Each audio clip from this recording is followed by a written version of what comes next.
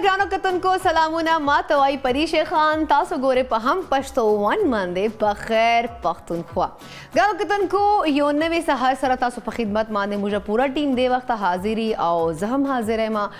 हशाश बशाश रेडी मतासो पारमा सो हो गया मेकअप कोच एटलीस्ट तासो मा तो गुरु तासो पूरा वरज खत इरशी चे परीश नन माशाल्लाह खलगी या ख कलर चवले दनो इंसानी करे इंसान ख कलर गोरी या चे ख ड्रेस गोरी या चे ख इंसान मतलब खई कना लक ख फ्रेश लगी नो इंसान जो कम द चोको मोरता गुरी आगा वही यारा मतलब आज का दिन अच्छा गुजरेगा लक वही ने जो सहर सहर सड़ा वक्ती पास नो द ग्रीनरी ने के सरसब्स घास को चिकम दा पूछता गो कतन पकार दीजे का चगे सर नजर हम तीजी और बल इंसान अस्से खुशहाल हमसी फ्रेश हमसी नुगानो कतन का प्रोग्राम चे हमेशा स्टार्ट के जवड़ा को खबर को नन हम से खबर को मनन खबर ढेर इंपॉर्टेंट दा ढेर जरूरी दा जका चे अफसोस सरा पूरा दुनिया से दे वक्ता पोलियो चिकम दा मूजी मरज दा यो खतरनाक चिकम मरज दा आ तकरीबन ख़त्म सले खो स्टिल कमुझे खबरों को अफगानिस्तान भला अफगानिस्तान चे हम दा पोलियो मरज तकरीबन मुकम्मल ख़त्म सले मुझे 8 गवान टोलो चे पोलियो मरज दे वक्ता ख़त्म सले पूरा दुनिया पदी मरज मंदे काबू कड़े खो पाकिस्तान अनफॉर्चुनेटली स्टिल दा बीमारी चिकम दा ओ समुझ पाकिस्तान चे दे बीमारी केसेस मखे तराजी आया दे बीमारी रीजंस चदी दे चिकम दा खुराक मुझे सम न को मतलब आलूदा खुराक को बल चिकम दा गंदा आलूदा उबई जै पजै देर अला दा बीमारी फैलाव की जिग्रानो कतन को खबर हो को नो पाकिस्तान दे बीमारी जंग च देर ज्यादा लग्या दा पूरा कोशिश की पूरा एफर्ट्स की एटलीस्ट दा बीमारी पाकिस्तान ना पूरा तरीके से मुकम्मल खात्मा होशी ग्रानो कतन को खबर हो को नो पाकिस्तान से पूरा पाकिस्तान से हर गली चे हर शहर चे माशुमान पोलियो कतरे वाल मुहिम जारी हमेशा खो मुसीबत दादा चे मुझे चिकम कलो चिकम खलक दी आगा हमेशा दा माशुमान तो दा वैक्सीन न वर्कवी आवाई च दी वैक्सीन पर खोच खास एजेंडा दा दी वैक्सीन च पर खास ओ मसली मजू माशुमान वदा से सीधा बोशी बीमारान बशी बिल्कुल ना दा सोच प्लीज़ दा सोमा कवे दा चिकम दी यो फरसूदा मुझे सोचू न लरू या बिल्कुल देर जोर सोचू न लरू स्टूपिड मुझे खबरें कहूँ यार दे पसे फलान की मुल्क एजेंडा दा दे पसदा दा बिल्कुल न जी पोलियो ना कतासो खपल मुल्क खत्मवल गवाड़ो न खपल माशुमानो था प्लीज़ दा चिकम द पोलियो वैक्सीन कतरे लाजमी वर्कवे आगाज डेर ज़्यादा जरूरी कचे पोलियो माशूम चिकम दा सिर्फ फिजिकली न तबाह बर्बाद किया आगाज जहनी तौर मांदे हम माशूम बर्बाद की माशूम पूरा जवान तासो पदे इव सोच पर मांदे वाड़ा च दगा सोचता च ना मुझे माशूम बीमार शी दगे बीमारी ना गट बीमारी सच माशूम को व्हील चेयर माने नास्ती अगर स्कूल तजी नोर माशूमान सर बकीनी नो जाहिर खबर एहसास से कम तरीके मुब्तलाई नो दा तासो माशूम पूरा जवान चिकम दा बर्बाद हो ना सिर्फ जिस्मानी तौर मांदे बल्कि जहनी तौर मांदे हम माशूमान चिकम दी अगा जहनी मफलूज हमशी ग्रानो कतन को नो दे खबरों को नो पाकिस्तान 2014 ना दे बीमारी खिलाफ मुहिम जारी और सारी साथियों कोशिश कवी च एटलीस्ट दा पाकिस्तान दा बीमारी मुकम्मल तौर मांदे खत्म शी 99% चिकम दा पदी बीमारी माने मुझे काबू साता लेदा खो स्टिल कलो साइडो पला यानी कि चिकम मुझे रूरल एरियाज दी आलता दा बीमारी स्टिल कीजी का दे माने खबर उग्रन कतन को न दे रीजंस तास तमाऊ वेला से मोस्टली हिचकिचाहट फील को चिनाना मशुमा दा पोरी नवर को भी मरान बसी बल सिक्योरिटी हदशात लवाजे हम दा चिकम दा मुझे खाला कोई चिनाना खपल चिकम दा मशुमा दा पोरी कतरे बनर को बल चिकम दा डिफरेंट कलो के मतलब खलक माशुमान द सफाई खाने पीने वाल सही ख्याल न साथी अगेल ला से हम दा मरज माशुमान तक की देसी ग्रानो कतन को गज़ा खबरों को आलमी इदारा सेहत यानी WHO वाला और यूनिसेफ वाला अगा बैन अल-अक़वामी तंजीमों दी स्टिल पाकिस्तान हुकूमत सर पूरा कोशिश की चिदा वैक्सीन यानी चिदा मुहिम जारी उसारी साथ एटलीस्ट पाकिस्तान चे हम दा बीमारी खत्म शी ग्रानो कतन को तासो चलो ता हम मादारे को ऐसे चोर हम ओवरसीज पाकिस्तानियान दी अगा मुंग तगूर या चकम बाहर मुल्क सोरा हम खलक राजी पाकिस्तान ता नुतास्ता हम पकारदा च एटलीस्ट अव्वल दा पोलियो कतरे लाजमी उसके बिया पाकिस्तान तराजे बिकॉज डेरे हदे पर मुझा पाकिस्तान पोलियो मादे चकम दा पाकिस्तान च मुझा कोशिश कहूँ छ दा कंट्रोल से दा बीमारी खत्म से बिल्कुल यानी कि खत्म को पूरा खो बिया च दा बाहर न खलक राशि नो दा वायरस चकम दा माशुमान बिया गिराव की बिया दा बीमारी फैलाव सी गारो कतन को बदे मादे वो नोरे हम खबरें कहूँ बिकॉज दा डेर इंपॉर्टेंट टॉपिक था पाकिस्तान स्टिल दा मसला पाता की जो खो फिलहाल जकी बराबर हम जकी وختي ما ته ځکه ډېر غور سره ګوري چې یاره د پریشې په ما نه راځي چې پریشې خبرې نه ختمېږي خو زه خبرې ځکه کوم چې هغه ضروري ډېر امپورټنټ دي ستاسو سره چې اول چې کوم ضروري موږ امپورټنټ ډسکشن اوس به زه ورو ورو زکي مانده او زکي ته به چې نن آیا زکي موږ ته کوم نوې ریسپي راوړې ده او ورسره زکي روزانه ټوټکې هم تاسو لپاره غریب جوړی هم باقاعده پریکټس پکې بیا موږ ته ښیي چې دې رزلټ څه دي نو ګرانو کتونکو راځئ زکي په لزو او زکي نه پته کوو چې نن کوم ریسپي ده سلامونه زکي هرکلی وعلیکم سلام تاسو ته شمه پخلی کې هرکلی وو او نن ډېر زبردست یو یونیک ډش سره حاضر هغه ازبک کدو کدو خو ډیفرنٹ سټایل کې بقیله کوم ازبک کدو دی کم کدو دی یاد کړئ ازبک کدو دا د ازبکستان وخت ده دا اصل کې ازبکستان وخت ده دا کوم ریسپي لکه نه کم په طریقې سره جوړي دا هغه ځای ریسپي ځکه ما ازبک کدو به دوم کې خودو دا دې کم نه ته خپل کې خود لکه نه نه بیسیکلی دا زه پوره یقیني یم چې دا نن ته خپل یې خیره نه خیر هر سړی یو شیف کنه کم ځای ریسپي به هغه طرز باندې هغه ملک هغه کم کنټری ما خبره واره چې ته ما سره خبرې کوي نو ما ته خو ګوره کنه ګوره ته ما سره خبرې کوي نو ته بیا خلکو سره خبرې کوي خو ما ته خو اول سوال جواب راکوا کنه بالکل خجی کم نه ازبک کدو دی دا هغه ځای ریسپي دا او دا کم طریقې سره جوړیږي ډېر مزدار یو ډیفرنٹ سټایل کې دا پخېږي نو دا فرست اف ال دا شمه پخلی کې زموږ تیارو به بل لري کم ټیسټ لري کم فلیور دی شمه کوم بغیر نه به جوړیږي بالکل اور د دې موږ سره سپیشلی کم دغه کم مثالی استعمالېږي فرست اف ال هغه به انټروډیوس کوم د لپاره موږ پکار دی هاف ټی سپون کرش چلی پکار دی 1 ټیبل سپون موږ चिकन पाउडर पकार दे half tea spoon Mongla white paper पकार दे हाफ टी स्पून मुंगला ओरेगानो पकार दे हस्ब जायका मुंगला मालगा पकार दा 5 table spoon Mongla milk cream पकार दे और स्पेशली 175 ml शमा कुकिंग ऑयल आगा मुंगला पकार दे ज़का चशमा कुकिंग ऑयल कुकिंग एंड बनास्पति बोले दिल की बोलियां गानों को तुमको मुझसे प्रोग्राम के हमेशा मरस्त कवि शमा कुकिंग ऑयल एंड बनास्पति जी हाँ ददे कम सालन जुड़ी गया अगले पारा मुला नीम से टमाटर पकार दी और तेज जोड़ो लपारा यो आदत उगा यो आदत सुन और ददे गार्निश लपारा स्पेशली और ददे कम कद्दू ददे बगैर दा रेसिपी कंप्लीट दे यो किलो मुला कद्दू पकार दे और आगे सारा कम गार्निश से लपारा शिन मरचा के लीमू और बादरंग दा मुंगला पकार दे दा खुद दे मिसाली शे इंग्रेडिएंट्स शे बल दे तरीका डेर आसान सिंपल फर्स्ट ऑफ ऑल मुंग बा नीम जग उबो वालू बा आए के कद्दू बा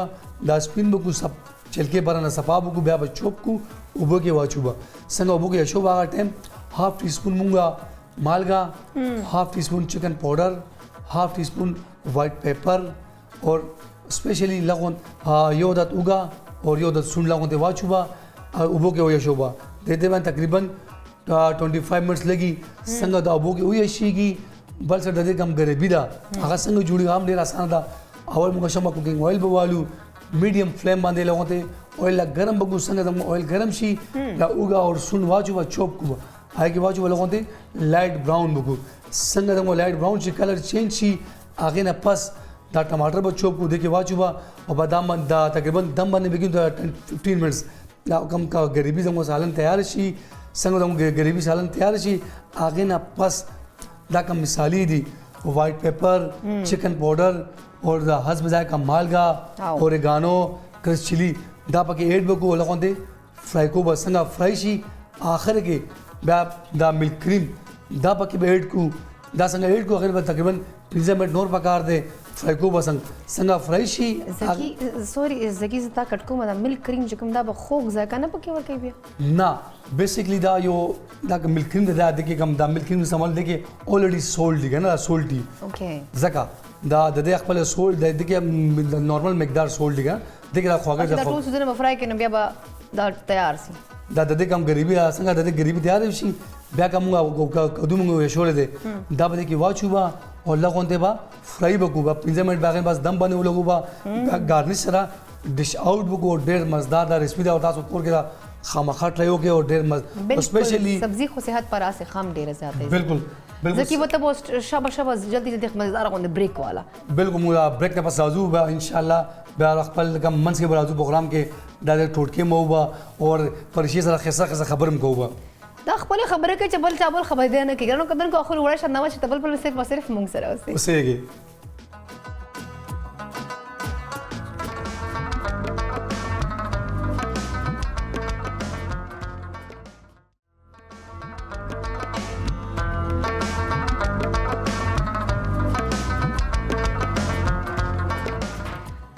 जी ګرانو کتونکو په خیر پښتونخوا کې زری بیا تاسو ته هر کلی وای ګرانو کتونکو چې اوس ټي وي آن کړی دا هغه ته ما طرف نه ډېره غټه خوش خبري دا غټه خوش خبري دا چې تاسو په پروګرام کې شرکت کولای شئ طریقه چې کوم د ډېر زیات ایزي تاسو په سکرین باندې موږ نمبر هم ښکاری خو تاسو یو د خپل نمبر ریپیټ کوم بیکاز نن چې کوم سره ملمانه دي هغه ټول مطلب تاسو کوم مسلې مسایل صحت حواله سره نور هم څه مسلې دي مطلب انسان د کړه ځکه چې موږ نن ورځ چې کوم دا هغه چې موږ کوشش دا کوو چې ډاکټرز چې کوم د خپل پروګرام کې هغه ځان سره انګیج کو تاسو پرابلمز چې کوم دی هغه سره ډیسکس کو مو چې کوم موږ کوېسچنز هم هغه نه کو هغه ډیلی مرز چې کوم مرز ډیر زیات سي نو هغه باندې ډسکشن هم سره کو چې اټ لیست تاسو اویرنس ملاو شي ورسره تاسو ته هم دی حواله سره چې نالج بیا تاسو په دې باندې سوچو کې شهره مونږه دغه ډاکټر ته تللی شو دلته تللی شو بیکاز پورا ګایډلاین ځکه درکو چې ډېر داسې خلک دي چې غټ هسپتالونو ته نشي تللی ډېر داسې خلک دي چې غټ ډاکټرانو سره هغه افیسان نشي افورډ کولی نو موږ کوشش دا چې تاسو لپاره اسانتیا جوړه کړو کتونکو نمبر دا 0518747604 او بل چې کوم نمبر دا 0518747704 بس کین باندې تاسو نمبر اخکاری تاسو پروګرام کې شرکت کولای شئ ځکه سره خبرې کولای شئ ما سره هم دین الله چې موږ سره ملمانه دي او سره خبرې کولای شئ خو دې وخت سټوډیو کې موږ چې کوم دا جوائن کړیو ډاکټر بلاول او ډاکټر بلاول ماشاءالله مطلب که اورالو ګورو نو ډېر زیات د کما سٹارټ کې خبرو کړو پولیو والا نو پولیو مرض پاکستان ته راغلی څنګه اوس د سترنګه پیلاو شلی دی د ریزنز څه دي دې حوالې سره به ټول ډیټیلز هغو نه پته کوو هغو ته به وایو چې مونږ لږ کوم مغز په دې خبرې باندې او په دې بیماري باندې نور هم خلاص کړي نو ګرانو کتونکو په خیر پښتونخوا کې ډاکټر بلاول ته هرکلی وایو سلامونه ورته السلام علیکم ډاکټر بلاول وعلیکم السلام څنګه یو تاسو الحمدلله الله احسان ده بس ما ویل کنه تاسو نه بزلش کو معلومات نور هم اخلم بیکاز دا پولیو چې کوم مسله ډاکټر بلاول کوم جو ګورو موږ ګوانډي ملکونه چې کوم هغه سي ترقی یافته هم نه دي که خبرو کوم د افغانستان والا نو الته هم پولیو تقریبا خاتمه وشو پورا دنیا چې پولیو خاتمه وشو خو سټیل پاکستان چې پولیو کیسز تا نو په دې باندې تاسو رائے لرو ډېر یو اهم موضوع دی او ډېر امپورټنٹ ټاپک دی چې زموږ د کمیونټي ته ولې د پولیو نن غونتې موضوعي مرض نه پورې چھټکارا ملاو نه شوه پولیو بزلک تاریخ تاسو ته وایم دا بیسیکلی 1868 کې په اوسلو ناروے کې د دې آغاز شوی او بیا غې نه بعد 14 کیسز هغه ځای نه سٹارټ شو بیا غې نه بعد 1881 کې سویډن کې ناردن سویډن کې دا شی پولیو کیسز رپورټ شو جی هغه نه بعد دا پورا دنیا د انګلف کړه خو بدنصیبه دا دی چې هغه وخت نواله تر دې وخت پورې آلموست ټوله دنیا د پولیو نه فری ډیکلیئر کړی شوه خو په دې خاوره په دې سیمه دوه ملکونه داسې دي چې هغه نن هم د پولیو غونډې مرض نه موضوعي مرض نه خلاص نه دي هغې کې یو پاکستان دی او بل افغانستان دی افغانستان چې خو موسټلی که وګورو کیسز اوس هغه څه نه مې دا رپورټ کېږي پاکستان کې کېږي رپورټ کېږي نه د تھنګ از زموږ چې کوم دا خپل د نیبرز خبره وکړو انډیا د 2014 کې هغه پولیو فری ډیکلیئر شو نیپال غونته ملک پولیو فری ډیکلیئر شو بوټان کې نشته ایون الجیریا مې کتلو هغه هم ډېر یو غریب ملک دی بټ الته هم پولیو فری ډیکلیئر شو نو زما خیال دی چې دا د موضوعي مرض نه که موږ ټول یو کمباینډ یو کوششونه وکړو نو دې نه موږ چھټکارا حاصلولی شو باقي د پولیو باره کې پس دا وایم پولیو بیسیکلی انټیرو وایرس دی انټیرو وایرس موږ هر هغه وایرس ته وایو چې کوم ستاسو د نظام هاضمې سره تړلی وي دا ما ډاکټر بلاول سوري ټو کټ یو دا جنیټک خو نه جنیټک نه ده دا بیسیکلی د وایرس نه ځکه چې یوې فیملی چې ما څلور کیسز هم کتلی دي د دې جواب طرف ته راځم دا ډېر امپورټنټ او دا به د هر چا په مزغو سوالي تاسو ښه سوال وکړو د دې به ټولو ته زه جواب ورکړم بیسیکلی دا انټایر وایرس ته ستاسو د نظام هاضمې سره تړلی لیټ سې که وایرس تاسو خولې ته لاړ ستاسو کولمو ته لاړ هلته ریپلیکیټ شو تاسو ته افیکټ کړی بیا ستاسو د باډي نه د فیسیس په شکل کې ستاسو د فضلې په شکل کې دا وځي اوکې که ان کیس هغه واشروم کې پراپر هایجین مینټین نه کړی شي او چونکې ماشومان دا ډیزیز چې دی بیسیکلی د انډر 5 ماشومانو دی د 15 کالو نه بره ماشومان نه افیکټ کیږي دی نه ها یس مطلب دا چې کوم مرض دغه Yes. ماشومان باندې اثر کوي چې کوم انډر 5 انډر 5 دی دا بیسیکلی بیماری هم داغي ده اوکې نو که ان کیس هلته د صفای خیال ونه ساتل شي او واشروم هغه واشروم بل ماشوم هم یوز کی چې هغه انډر 5 وي اچھا موږ کلو کې ډاکټر بلاول سټیل واشرومان دا څه کلی چې واشرومان نشته ځکه بهر خلک زیو دا واشروم استعمال ځکه ماته لګي چې دا بیماری کلو کې زیاته ای ایگزیکټلی مطلب دا صفائی خیال نه صفائی خیال بیسیک ریزن از صفائی خیال نو دا د خولې نه د کولمو نه د خولې پورې سفر دی د وایرس او د دې بیسیک میکانیزم دا چې تاسو د ریډ کی هډي کې کم تاسو شریانونه نسونه دي دا بیسیکلی پاغه باندې اٹیک کوي او هغه مفلوجه کوي هغه سره بیا تړل تاسو د باډي چې کم پارت یا ټول پیرالایز شي ها خدیول سیمټمز نه ښکاری مور پلار ته پیرنټس سره د ماشوم کې دا ویکنس را روان ده دا پولیو نشي کېده مطلب صدا صحیح خوبای کنه سیمټمز کې ډېر امپورټنٹ سوال دی او زما خیال دی ټول پښتنو میندو د زموږ ټول کمیونټي د دې شي ډېر ضرورت ته چې د باره کې اویر شي چې پولیو پریزنټ کوي څنګه پولیو بیسیکلی عموما پریزنټ کې فیور وی ماشوم ته د طب سره کلینیک ته راشي سر درد وی الټه وی او مطلب یو عام غونته تباوی خو ود د پاسج اف ټایم مور دا کمپلینټ کوي چې مخکې زما ماشوم ودرېدې شو اوس ودرېږي نه یا ناسته اوس کې ناسته نشي کمزوري پکې راشي یا دا ټمپریچر ډیر زیاته تیز ور ټمپریچر دې نه دا ماشوم چې کوم د بیا مفلوج شي نه دا بیسیکلی د وایرس اثر وی په شریانونو باندې چې تاسو نسونه الته مفلوج کی لټ سه تاسو په داریټ کی هډی کې د دیخ په نسته د وایرس لاړ پاغه سپیسیفیک نس باندې اٹیک وکړو نو تاسو دا خپه به پاتې شي دا به کار نه کوي دا به عمر د پاره ډیسیبل شي ډاکټر بلاول په دې باندې مزید هم خبره کو د وخت موږ سره کال د کراچۍ نه السلام علیکم حاجی سلطان صاحب السلام علیکم کال ډراپ شوی ښه اچھا ما دا تاسو نه پوښتنه کوله چې کدا سیمټمز کومور وګوري چې ماشوم اوس پاسې دی نسی یا ماشوم هغه سه پراپر ودرې دی نشي نو هغه ټایم ته دا بیماری مطلب علاج کیدای شي نه د کې دا چې یو ځل دا وایرس افیکټ کیستا نروز حالت دا چې ریجنریشن پروسس نشته لیټس سے که تاسو ګوتا چرته کټ شي نو یو 15 ورځې پاس هغه زخم جوړ شي ډاکټر بلاول یو کال والم چې اوس بل کال السلام علیکم حاجی سلطان صاحب څنګه تاسو خیر دې شکر دې الحمدلله طبيعتونه مخدي الحمدلله زخیم الحمدلله حاجی سلطان صاحب که تاسو د خپل ټي وی ول आवाज لکم کې تاسو ما سره خبرې وکړئ ځکه چې ما ته خپل आवाज واپس راځي جی اوس आवाज مو کلیر ده خاجي څه وینا غواړو حاجی سلطان صاحب اګه ډاکټر صاحب نه پوښتنه کوله چې د دې پولیو د ویکسینو ډوز څه ټیم بعد ډوز دی څه کوېشن وکړه حاجی سلطان صاحب یو ځل بیا ما ته وخیو ما وی چې د دې څونه ټیم بعد پولیو ویکسین ورکول دي ډوز معلوم دی میاشت کې یو ځل هفته کې یو ځل درې میاشتې بعد یو ځل ها دا ډاکټر بلاول نه پته کوم دې سوال ول جواب ثانک یو سو مچ کال کوونه پر یو جهان مننه ډاکټر بلاول اول باور چې کوم ټاپک روانو هغه منځ کې چې تاسو ویل کنه چې یو ور دا سیمټمز ماشوم کې راشي نو بیا اټ مینز هغه کیوریبل نه دی بیا علاج نشي کېدای نو دا به موږ ته څنګه پته لګي چې هغه ماشوم ان کیس کده اول ټمپریچر نو ټمپریچر چې سره ډایرکټ ډاکټر ته پېږي نه هر یو ټمپریچر سره نه کېږي د پولیو پریزنټیشن بدای چې سیم هم د عام طب سره برازي او کمپلیټ به د مور دا چې مخکې ماشوم درېده شو سو درېده نشي یا که مخکې کې ناشته اوس کې ناشته نشي اوس ملاسته نو بیسیکل پریزنټیشن د دې ویکنس ته کله ماشوم د کمزورۍ سره مخ وړاندې شي او کلینیک ته راشي نو همیشه موږ د پولیو سسپیشن د دې کوو ها او سیکنډلی تاسو وایئ چې دا معذوره نه دی بچ کېدای شي یا دی نه راوتی شي نو دی نه راوتل په دې نه کېږي دا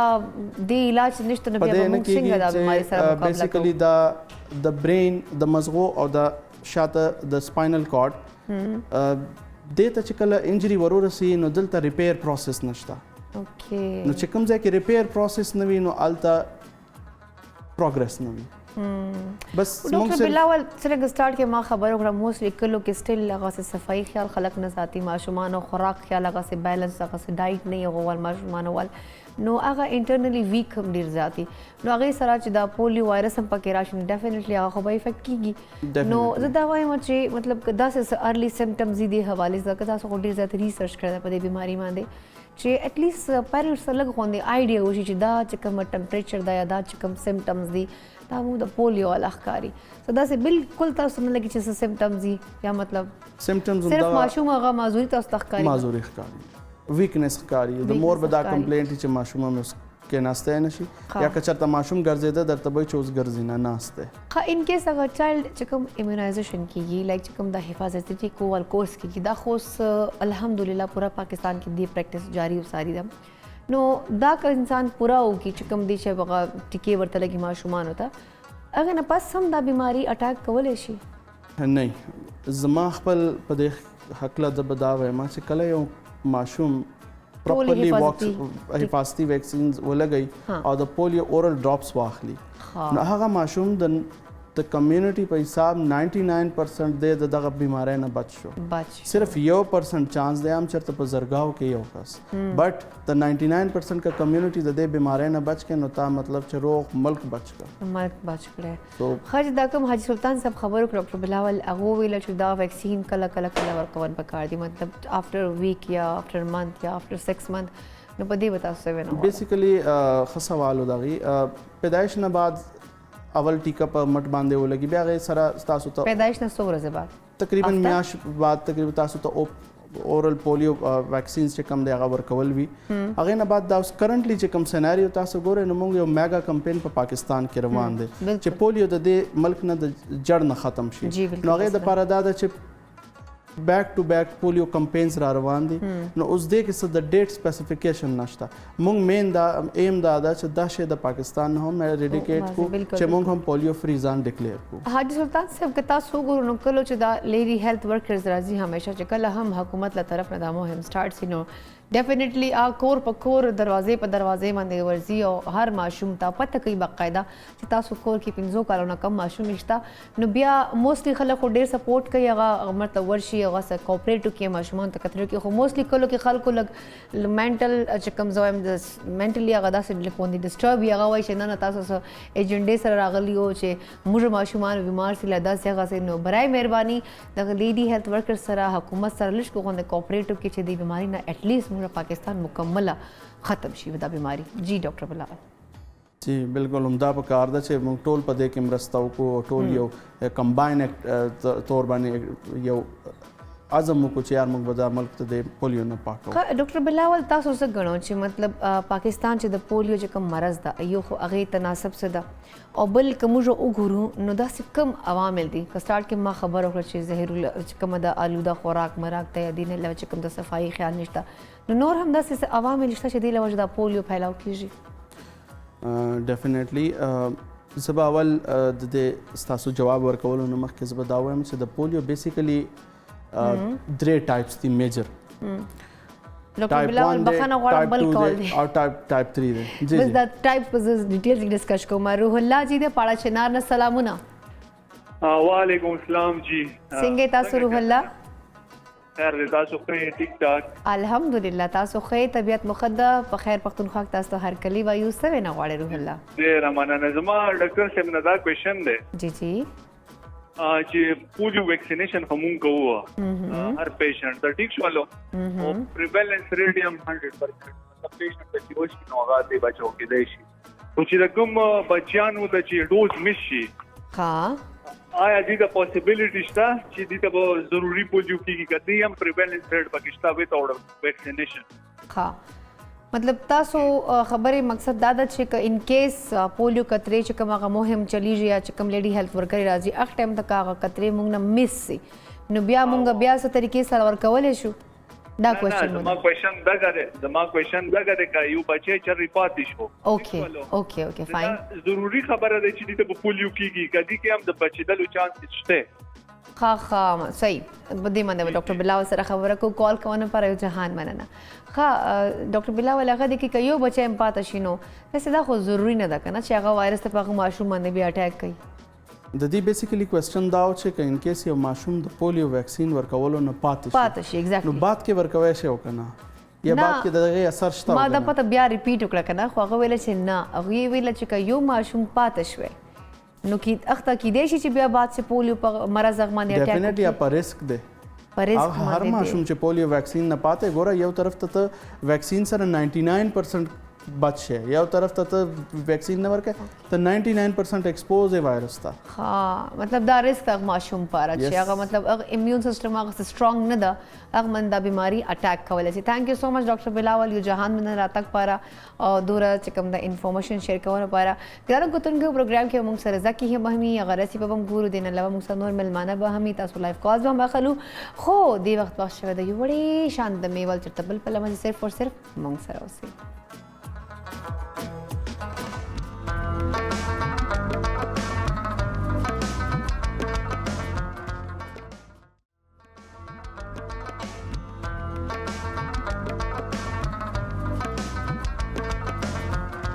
जी ګران کوتونکو په خیر پښتونخوا کې ضرورت تاسو هر کلی وایي ګران کوتونکو تاسو هم اوس ټي وي آن کړی دا تاسو په خیر پښتونخوا اوس ګوري نو تاسو لپاره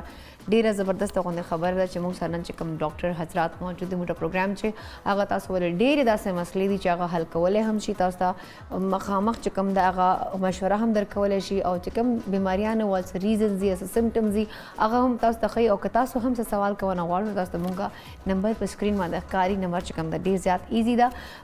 سکرین باندې تاسو بار راکای تاسو په دې باندې کال کولای شي خو په الحال اعظم چې ملما پلا بلزم خو زم چې زکینه لګ پاتو کوم ځکه چې زکی بیا ما ته وایي چې بوري چې ما رزي بنی ما پاته شوی دا نو زه په الحال واشم زکی پر زکینه په پاتو کوم زکی څه اپډیټ تھی ریسیپی ول جی زکی تاسو سوال هغه ازبک کدو کوم جی پورې ورسېدل بس او ازبک کدو تقریبا زمو کدو کوم وګي شيږي دا تقریبا 15 منټ نور پکار دي او دلته د دې کوم سالن کوم مثال ده ټماټر سره کوم جوړیږي ازبک کنه کوم سپیشلی د دې کوم د ساسو مخامخ سکرین باندې ښکاري اوګه او سون زړه چوپ کپ لګیام دا بلک چوپ کم با او میډیم فلیم باندې لږ اوایل کې خدای لږ لږ سر کیږي څنګه سر شي ان بس دا اوګه او سون کې واچوم با بیا باندې کې ساده د غریبي دی اروم باندې تقریبا 25 منټس نور بلګي و ان شاء الله 20-25 منټ بعد به ګارنش وکم هغه بعد ډیش اوټ وکم ډیش اوټ پکې بیا به ګارنیشنګ وکړي بیا به ډیش اوټ سي بیا به مونږ وخورو بیا به ټیسټ کو او ډېر زبردست به د غوندې ماته خو سوړو چې دغه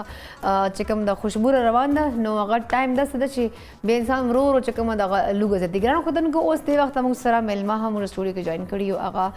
ستعارف محتاج نه دي بیکاز ماشاءالله رایټ ناو هی از ورکینګ ود شفا انټرنیشنل او کرنټلی چې کوم دو جاب یې هغه د هاسپټل سره کوي خبرو کو نو کنسلټنټ کارډیالوجي کې دی او د علاوه MBBS ډاکټر هم دي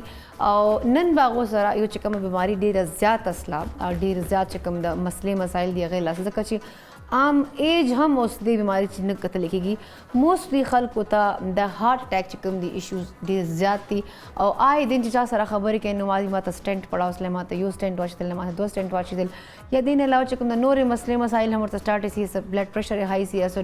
ټینشن ورته ملاو شي نو د هارت اٹیک بیماری چې کومه د ډیره زیاته عام سلا نو په دې باندې به خبره کوو خو موږ سټوډیو کې دی وخت موجود دي ډاکټر کاشف جان صاحب راځي چې هغه ته هر کلی وایو ستنی مسی ورته وایو سلامونه کاشف صاحب څنګه تاسو وعلیکم السلام ډیره مهرباني تاسو بس ټول خو تاسو هم ډیره مهرباني چې تاسو د خپل دوره مصروف ترين روټین کې موږ ته ټایم وباسله ډیره مهرباني دي کاشف سر زه دا ویل غواړم لدات پښتنه کوونه غواړم چې اول خو د هارت اٹیک حواله سره موږ ګڼو کتونکو ته تاسو دی حواله سره لږ په دې باندې رڼا واچي چې د هارت اٹیک بیماری آیا مطلب एकदम څنګه وشي او بیا دین علاوه کوم جو ګورو د دې ریزن سي جی نو پهلنه خبره ده چې هارت اٹیک د څه شي هارت اٹیک موږ وایو چې کله هم د زړه رګونه کم چې د زړه ته وینه ورکوي جی دغه رګونه چې دي دا درې غټ رګونه دي بیا د دې څخه شاخونه دي او دا زړه د وینه ورکوي که دغه کې یو رګ اچانک بند شي او وینه پکې چې دی جم شي جی نو دغه صورتحال نه چې کوم پیچیدګي کېږي دې ته موږ هارت اٹیک وایو اوکې او دا چې دی مختلف انداز کې ځان ظاهروي عموما چې کله څه غټ رګ بند شي نو هغې نه غټ هارټ اټیک کیږي که چېرته یو ورکوټې شاخ یا د رګ اخري حصه چېرته بنده شي نو عموما هارټ اټیک شدت لږ کمي نو دې کې د هارټ اټیک شدت چې دی دا مختلف کیدی شي ها جی نو دا ولې بند کیږي د دې ریزن سي چې دا اچانک دو بلاک شي یا څه مطلب موږ ډایټ کې څه فرق راشي یا څه ټینشن هي یا څه بله مسله دا ډېر ښه سوال تاسو کو هارټ اټیک ولې کیږي د دې وجوهات چې دي دا مختلف دي او ټول نه غټه وجه خو د دې دا ده چې که دننه موږ وګورو رګ کې دننه عمر سره چې د کولیسټرول کم چې زموږ وینه کې شامل او کولیسټرول او دا اشیاء چې دي کم دغلته جماویږي او رګونه تنګي دا د عام د غذا حصہ ده ٹھیک ده خو چې عمر سره کله زمونږ په وینه کې کولیسټرول لیول زیاتېږي ورو او بیا که ورسره داسې بیماریانې راشي لکه شوګر بلډ پریشر سیګرټ نوشي د کولیسټرولو زیات استعمال دا شي نه چې کله زیات شي نو دا دغه رګونه داسې زخمی کی چې د کې په هغه زخمی ځایونو کې دا کولیسټرول زیات جماویږي یو خو دا نارمل پروسس دی چې کوم عمر سره څنګه چې موږ کتلی دي چې دا هارټ اټیک خطره چې د عمر سره زیاتیږي نو چې څونه عمر زیات وي هغې ته عمر خطره زیاتې چې دي ته په څه ټایم کې هارټ اټیک یا د زړه د تنګوالي د رګونو تنګوالي بیماري کیدی شي دا یو نیچرل پروسس دی د ایتھیروسکلیروسس وایي خو څه شي نه دغه پروسس چې دی دا زیات تیز کی او دغه کې چې دی هیلپ کوي دغه پروسس زیات ورسن کولو لا یا زیات خرابولو لا دغه شي نه څه دي دغه های بلډ پریشر دی د بلډ پریشر کنټرول نه ساتل بالکل شوګر کېدل او وینه کې د کولیسټرول لیول زیات او دینه بعد بیا سموکینګ دی سیګریټ نوشي سموکینګ خو ډېر زیات کوي دا ټول شي نه چې دي دا د رګونه چې دي دا دننه نه زخمی کوي او دغلته د دې کولیسټرولو د جماوېدو او د دغې تنګوالي د رګونو تنګوالي باعث جوړیږي دې نه علاوه سیډنټري لایف سټایل چې کوم مونږه سستی او د ورزش کمی ده دا ډېر رول پلی کوي او دا ټولې بیماریانې غذا سره تعلق لري دا ایکسرسایز سره تعلق لري او زموږ وزن دې سره تعلق لري ها ډاکټر صاحب یو بل هم زویم چې دې چې فیکټر کیدی شي یو هغه دا د ریزن چې کوم دغه کیدی شي موسټلی نن سبا چې کوم موږ د ماشومان دي سپیشلی که یونیورسيټي لیول وال چې خلک وګورم ډرګز ډیر زیات استعمالوي سم ټایمز دو ډرګ والا کوانټیټي دور راته چې ما داسې سرکل کې خلک هم لیدلی دي سپیشلی کوم خپل افیس کولیګز داسې و نو هغه به دا تاسو سیګریټ خبره وکړه نو هغه به دا ډرګز اخیستل نور عجیبه غوندې ډرګز به اچانک هارټ اټیک پوه شو اچانک آن د سپاټ هغه وال چې کوم دا موت واقع وسله نو دا هم ریزنز کې دی سي بیکاز هغې سره بلډ پریشر چې کوم دا ډېر زیات های سي جی دا دې کې حقیقت شته بالکل د خبره کې داسې ډرګز نون دي چې کوم هغه اچانک هارټ اټیک باعث جوړېدی شي او یو ډېر چې کوم باندې ډېر کار شوی دی او نون دی هغه کوکین یس کوکین چې دی دا اچانک زړه رګونه چې دي دا سوکړاولی شي چې کوم ته سپازم وایي چې اچانک د رګونه چې دي دومره سخت او نن سبا ماشومان کوکین ډېر زیات اخلي جی نو هغې سره وینې سپلای بند شي بیا دا مختلف قسم کې چې کوم دا ډرګز راغلي دي نو دې څه نون افیکټس دي څه ان نون افیکټس دي ٹھیک شو کنه نو دې کې داسې مواد کیدی شي چې هغه اچانک هارټ اټیک یا بلډ پریشر ډېر اوچتولی شي کوکین خو موږ ته پته ده دغسې نور سټیمولنټس ډرګز دي چې دا موږ ته پته چې دا اچانک بلډ پریشر زیاتوي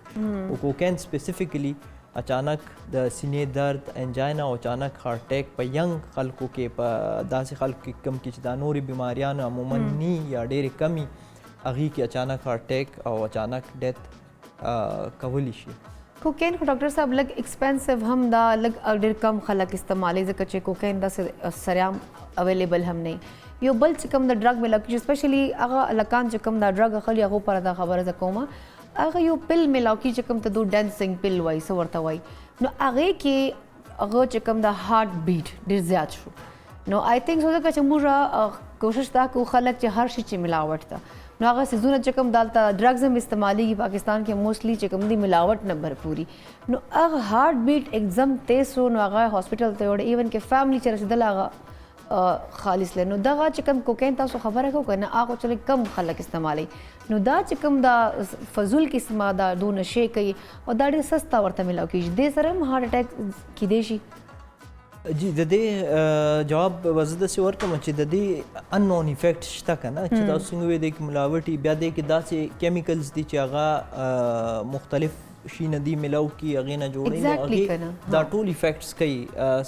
اچانک زړه دړکن تیز اول اچانک بلډ پریشر ډیر هاي کول او بیا دا زړه دړکن چې اچانک تیز شي د کې کله کله ریدمیا ورته مونږ وایو چې زړه دړکن به ترتیب شي ډیر تیز شي او هغه د کارډیک اریسټ یا د زړه د بندېدو باعث بند شي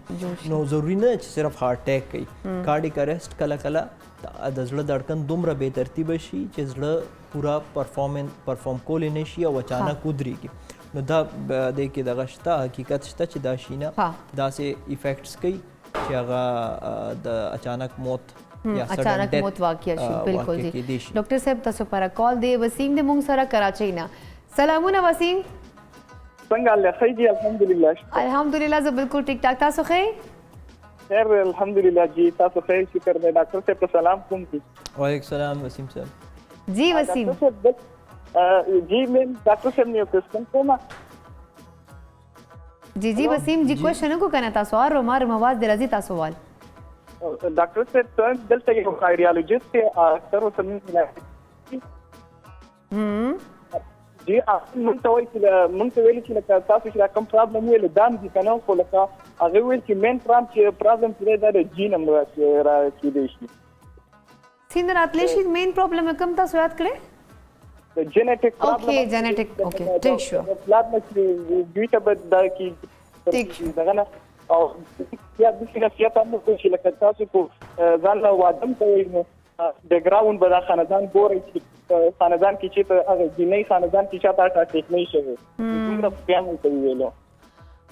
دا خبره به ډاکټر صاحب سره کو ځکه چې دا خبره ډیره امپورټنت ده وسیم ثانک یو سو مچ کال کوونه پر ډاکټر صاحب هغه وایي چې خاندان چې بار بار چکم دا وادګان دي موږ مارج کوچ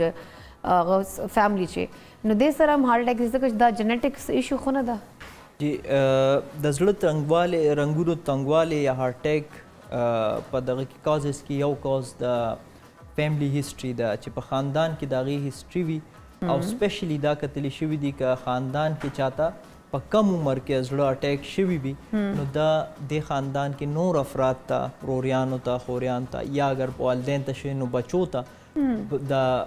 کم عمر کې هارت اٹیک کې دی شي د کم عمر مونږ ډیفاین کوو دا چې په زنانه کې د 65 کال نه کم او په مرد حضرات کې 55 کال نه کم په خاندان کې روریان خوریان مور پلار نږدې رشتہ دار کې چاته هارت اٹیک شوی نو دغه فیملی کې د دې چانسز زیات دي او دا جینیټکس دي دا جینیټیکلی پروپنسیټي ده کنه چې دا هغه ته دی لک پرون وی هغه ته دی دغه نو دا د مثال خلک داسې ورکوي چې یو لوډډ ګن وي صحیح ده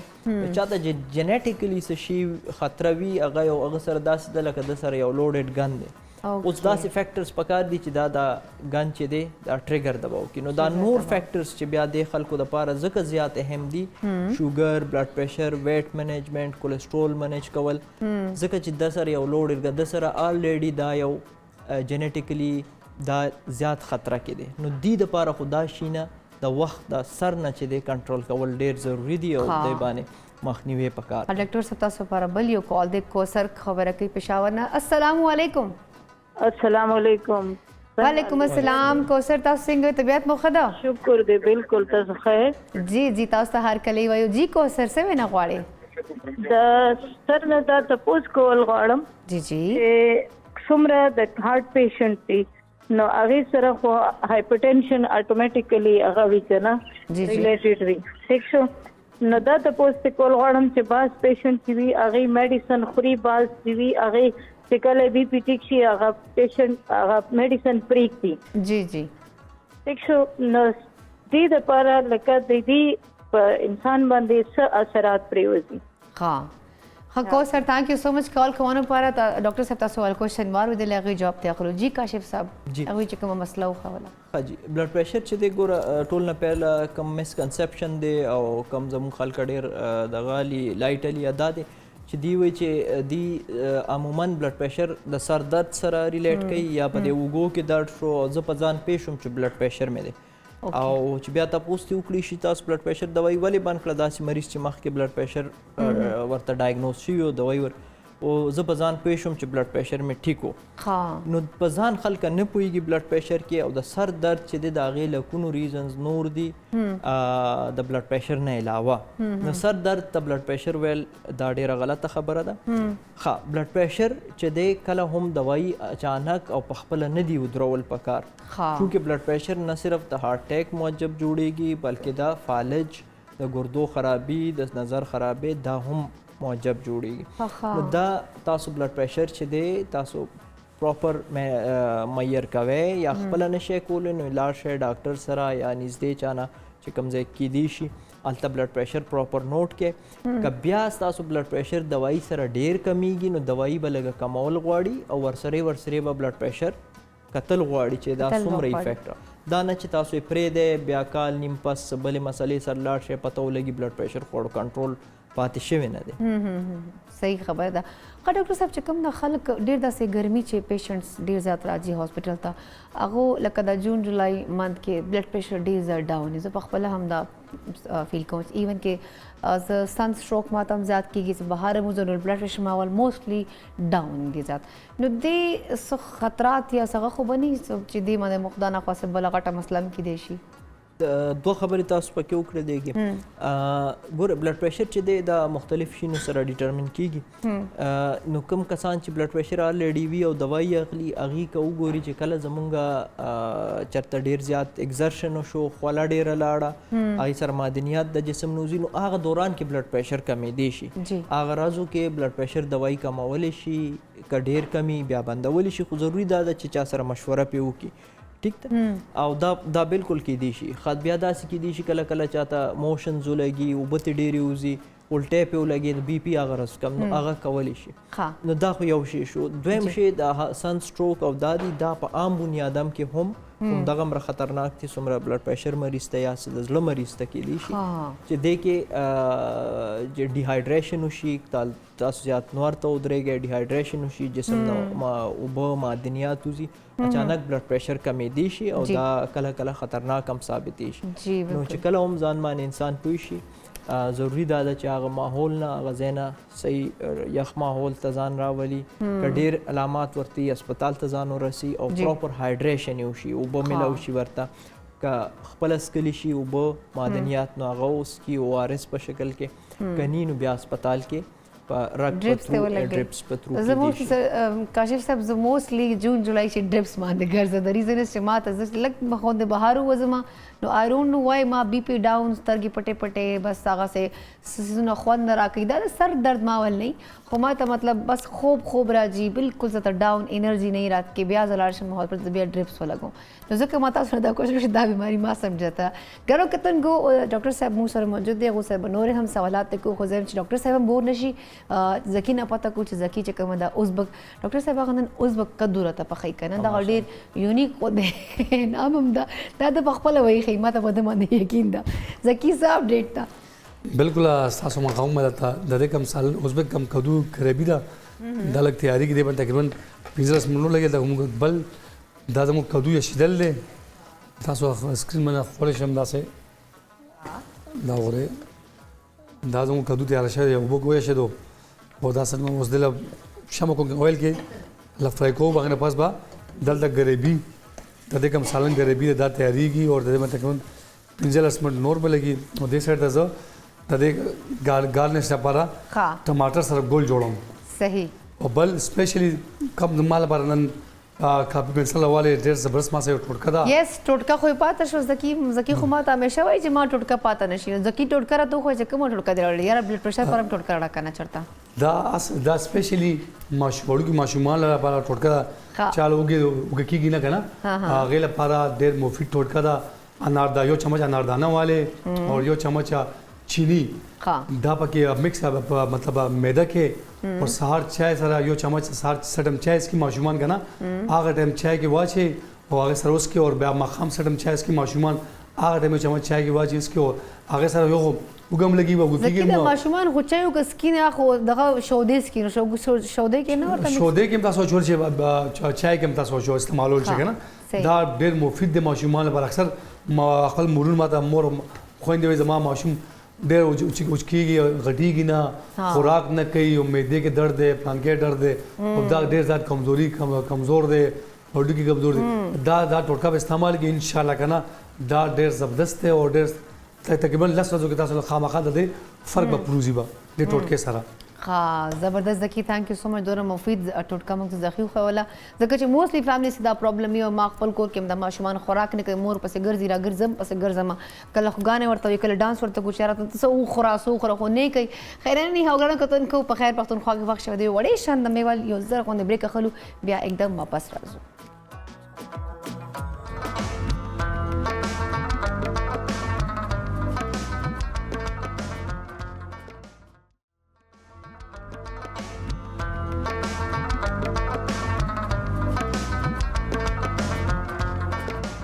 जी ګرانو کتونکو پروګرام په خیر پختونخوا کې زری بیا تاسو ته هر کله وي ګرانو کتونکو ځکه لګیا د خپل ازبک کدو په خې لګیا دا ډیر زبردست غونډه یونیک غونډه ریسیپي ورته بل موږ سره جی ډاکټر کاشف موجود دی غو سره ډیر زبردست غونډه معلومات ته اخلو ځکه ته مزه مزه کې ځکه ماته اشاره کوي جی ځکه کیا اپډیټ ہے بالکل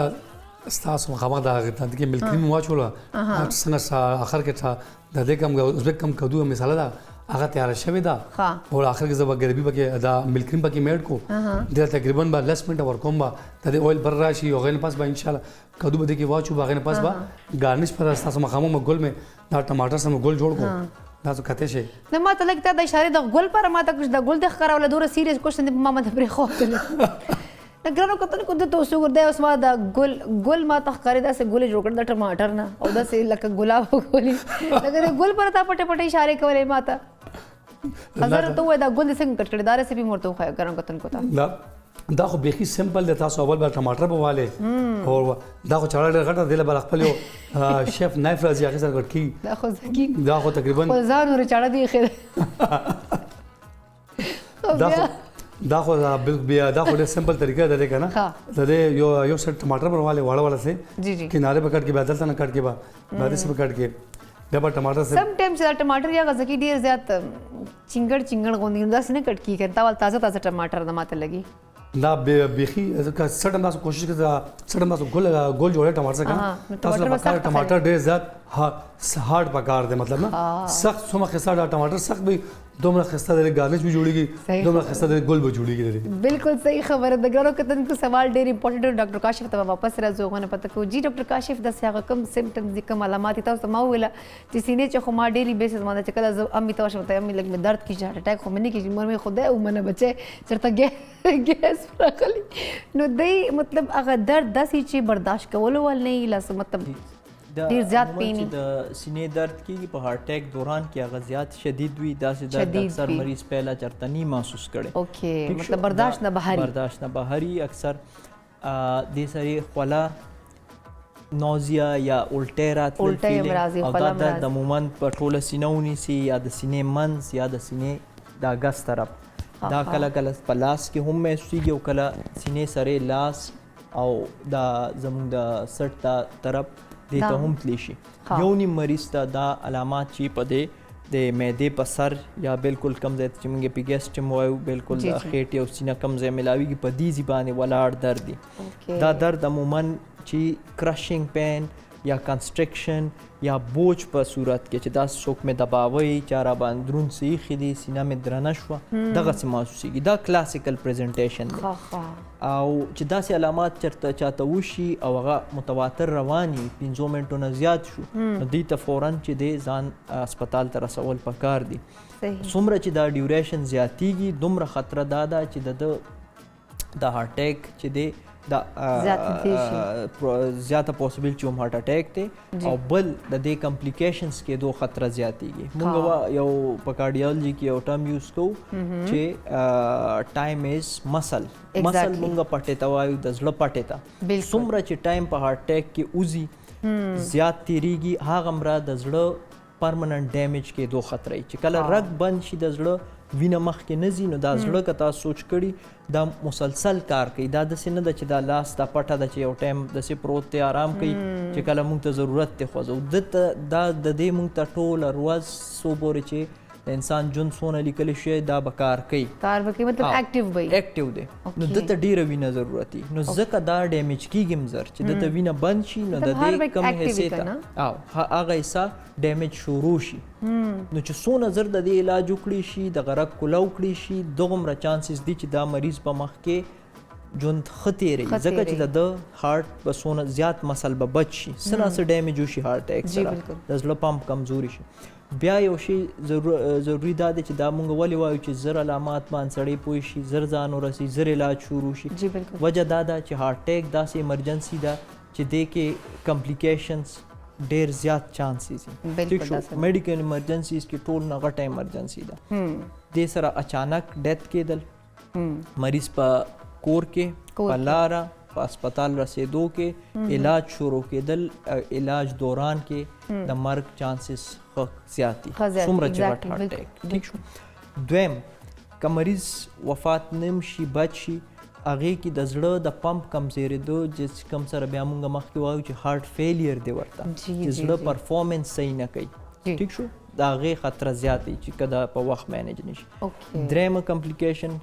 اریدمیا زړه دړکن بې ترتیبه کېدل دا دړکن چې دی دا پرمننټ هم بې ترتیبه کېدی شي تلې راتلې هم شي دته مطلب دا مریض که تاسو ټریټ هم کې دړکن ټیک هم کې دته بیا هم چانسز چې دغه وشي دا بیا کېدی شي نو د زړه دغې ته موږ اریدمیا دغې کمپلیکیشن هم یو بل مسله دا کېدی شي چې کله کله پمپ اچانک د زړه دا پمپینګ فنکشن دومره کم شي چې بلډ پریشر نشي مینټین کول بلډ پریشر خو زمونږ مینټین کول ضروري ځکه چې دا د زړه پمپینګ کوي نو دا وینه سرکولیټ کوي نو مریض چې دی شاک ورته وایو چې بلډ پریشر ډیر کم شي اچانک هارټ اټیک سره هغې سره ملټي اورګن فیلیر ته لاړ شي چې وینه نه رسي برین ته نو مریض غنودګۍ کې تللی شي سټروک ورته فالج ورته کېدی شي ګردو ته ونه رسي ټول نه سینسیټیو اورګن دی د وینې سپلای حساب سره هغې ډیمیج شروع شي او نو دغسې نور اورګن هم ډیمیج کېدی شي د هارټ اټیک د وجه مطلب دا ډیره زیاته خطرناکه بیماری ده که اوورال موږ ټولو نه زیاته خطرناکه ده که مطلب آن د سپاٹ دا موږ ټریټ نه کړو نو دې سے مرګ زیات واقع کېدی شي ګرانو کتونکو دې وخت موږ سره کالر دی ممتاز السلام علیکم وعلیکم السلام څنګه حال خیر دی الحمدلله جی تاسو ښه طبیعت مو ښه دی ښه دی جی تاسو ټیم ته چینل و انتظامیه د ټولو ته زما ډېر ډېر سلامونه وعلیکم السلام وعلیکم السلام جی دا څه وینا غواړئ ممتاز ډاکټر صاحب جی ډېر زبردست ډاکټر دی ماشاءالله او زه ته یو معمولی تپوس ته که تاسو اجازت راکړئ جی ضرور ولې نه السلام علیکم ډاکټر صاحب وعلیکم السلام سر څنګه حال لرو تاسو ښه ډیره مهرباني تاسو ښه جی ډاکټر صاحب تاسو ما سره ډیر ښه د شهرت ته ماشاءالله خو زه یو معمولی تپوس کوم اکثر خلک داغه باره کې ډیر تشویش کوي ځکه چې دا ډیر هسپتالونو داغه چارجز ډیر زیات کوي د دې چینین قیمت په سیده ستن چې لګي سر دې باره کې ډیر خلک پریشانی مبتلا وي ځینې ډاکټران ډیر په هسپتال ډیر زیات پیسې اخلي ځینې کم اخلي خلک ډیر دغه کوي جی thank you so much Mumtaz दा सवाल माम जहन के मुझे उस मावल से बसर न दा सवाल पता को डॉक्टर साहब ने स्टेंट चिकम दी मुख्तलिफ अकसाम दी नो डिफरेंट हॉस्पिटल चिकम दी अगर पेशेंट नडी ज़्यादा चार्ज कई नो पदी मनता सो कसर रना वाचो न खबई काशिफ साहब स्टेंट चार्ज कवल او चार्जेस حساب ساتل دا مطلب یو د یو انډیویژوال کارډیالوجسټ یا د ډاکټر د ذمہداري یا دغه کې نه راځي دې کې د ستاسو د ملک سټیټ ذمہداري ریګولیټري اتھارټیز دي هغې ته پکار دي چې خپل کردار ادا کړي او د دې کم پرایسینګ دی د دې د حساب کتاب برابرول هر هسپتال ته د هغې د کوالټي لحاظ سره د هغې د سټینډرډ لحاظ سره د هغې چې ساغه افر کوي هغې لحاظ سره بیا چارجینګ کول پکار دي نه خو موسټلی داسې که نه چې که سټنټ 75,000 یا 70,000 چې ده نو ډاکټرز چې کوم دي هغه 1,20,000 1,50,000 داسې خلکو نه چارج کوي نو دا هغه سټنټ هغه کوالټي والا بیا نه که نه نو که نه مریض ته بیا تکلیف کیدی شي او نو مریض ته څنګه پته لګي چې دا ښه دی چې مطلب سټنټس کوټ واسکټ یا ډریس دی نه چې وابلې او وابې چې نو په کم پرایس دی په هغې دا چې کله انټروډیوس کوي په باډي کې دننه کوي د دې لپاره صرف یو کس نی ولاړ دي سره ډاکټر ولاړي ټیکنیشینز وي هغې کې ریډیوګرافري کم چې انجیوګرافي هغه مشین چلوي دې کې نرسز وي ټیک شو او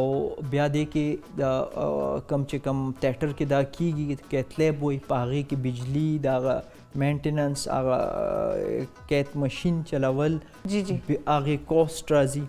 بیا چې کم طریقې سره دا انټروډیوس کیږي هغې کې سپیشل ټیوبس لګي یا ته شیټس وایي چې کم په تھرو مونږ آرټري ته دننه کیږو بیا چې کم کیتیټرز یوز کیږي سپیشلایزډ هغه کیتیټر ځان له په زرګونو روپۍ باندې دي بیا چې کم ډیوایس سره هغه هلته اچولی کیږي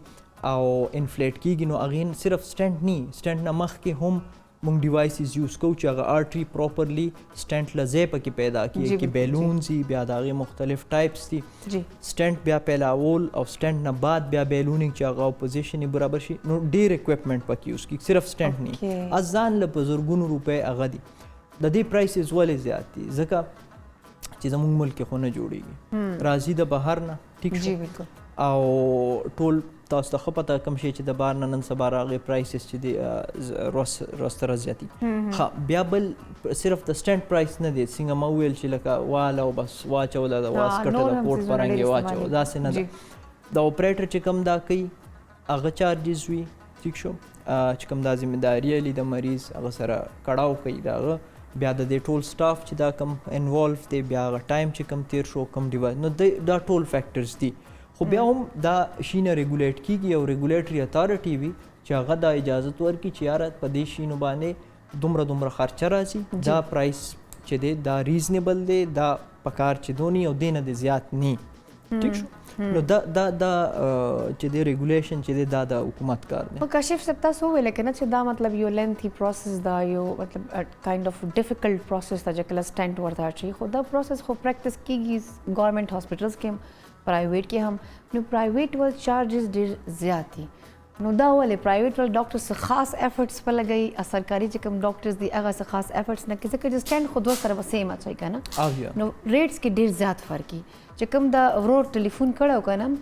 هغه ډېر زیات مطلب سوچ پکړی په د کوشچن باندې ما هم دا کړی ده چې همیشه سټنټ لایک که خبرو کو نو کوالټي والا پکار ده چې پیشنټ ته بیا پرابلم نه کیږي د ریزن چې انسان بار دا دوره لینتھی پروسس نه نشي تیریدلی نو دا ولې داسې کیږي مطلب چې ګورنمنٹ او پرایویټ چې ډیفرنس دوره ولې ده